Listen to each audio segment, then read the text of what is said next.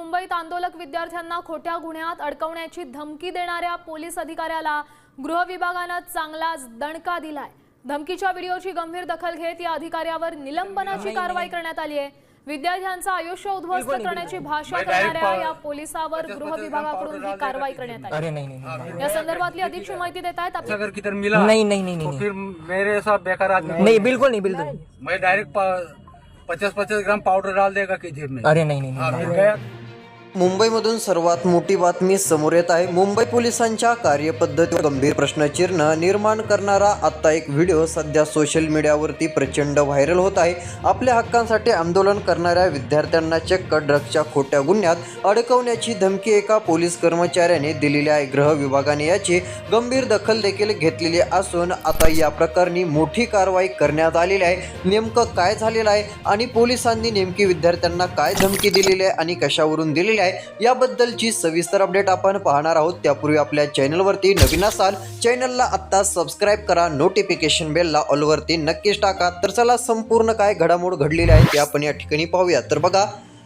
पाहायला जर गेलं तर खरोखरच सध्या हा प्रकार उद्गवण करणारा आहे। या संपूर्ण प्रकरणावर अधिक माहिती देण्यासाठी देखील आता मोठ्या प्रमाणामध्ये सविस्तर अपडेट सोशल मीडियावरती देण्यात आली। बघा, आलेल्या माहितीनुसार आता यावरती मोठी कारवाई देखील करण्यात आलेली आहे। हा व्हिडिओ व्हायरल झाल्यानंतर त्या पोलिसांवरती कारवाई करण्यात आल्याची देखील माहिती बघायला मिळाली आहे। नेमकं काय झालं तर पाहायला गेलं तर आता मुंबईत सुरू असलेल्या एका आंदोलनादरम्यान काही विद्यार्थ्यांनी पोलिसांना ताब्यात घेऊन पोलीस व्हॅनमध्ये बसवले होते। त्यावेळी एका पोलिसांनी कर्मचाऱ्याने विद्यार्थ्यांना धमकी दिली की पुन्हा या ठिकाणी दिसायचं नाही, नाहीतर तुमच्या बॅगमध्ये 50-50 ग्रॅम पावडर ड्रग्स ठेवून तुमच्यावर कारवाई केली जाईल, अशा प्रकारची थेट धमकी दिली। बघा, यामध्ये काय सांगण्यात आलं तर विद्यार्थ्यांना त्या पोलीस कर्मचाऱ्याकडून अशी धमकी दिली की तुमच्या बॅगमध्ये डायरेक्ट 50-50 ग्रॅम पावडर ड्रग्स ठेवून तुमच्यावर कारवाई केली जाईल, असं स्पष्टपणे सांगून त्या विद्यार्थ्यांना धमकवल्याचं समोर आलेलं आहे। त्यानंतर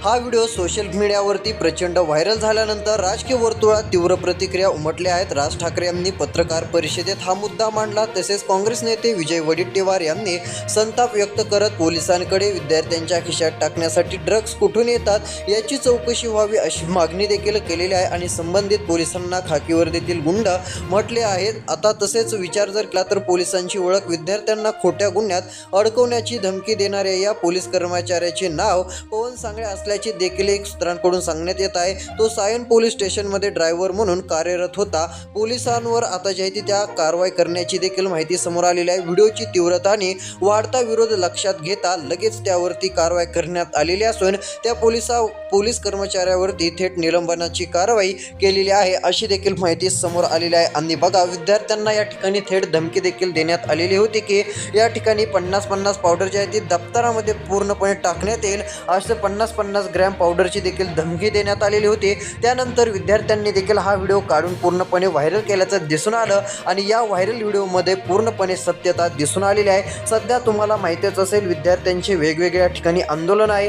काही ठिकाणी आंदोलन खूप तीव्र देखील सुरू असल्याचं दिसून येत आहे। दिल्लीमध्ये देखील मोठ्या प्रमाणात आंदोलन सुरू असल्याची माहिती आपल्याला पाहायला मिळतच आहे आणि मागच्या 1-2 दिवसापूर्वी देखील जंतर मंतरवरून थेट जी आहे ती दिल्लीकडे जी आहे ती कूच मोठ्या प्रमाणामध्ये झालेली होती। मंत्रालयावरती कूच जी आहे ती विद्यार्थ्यांनी सुरू केलेली होती, पण त्या ठिकाणी पोलिसांनी त्यांना देखील रोखल्याचं आपल्याला दिसून आलं। याबाबत तुमची काय प्रतिक्रिया आहे तुम्ही देखील आम्हाला नक्कीच कमेंटमध्ये कळवू शकता। आता या पोलिसांवरती थेट कारवाई सुरू झालेली असून निलंबनाची कारवाई केली असल्याची माहिती देखील आता गृह विभागाकडून माहिती समोर आलेली आहे आणि गृह खात्याने थेट कारवाई लवकरात लवकर केल्याचं देखील आपल्याला बघायला मिळत आहे। भेटूयात पुढच्या व्हिडिओमध्ये, तोपर्यंत धन्यवाद।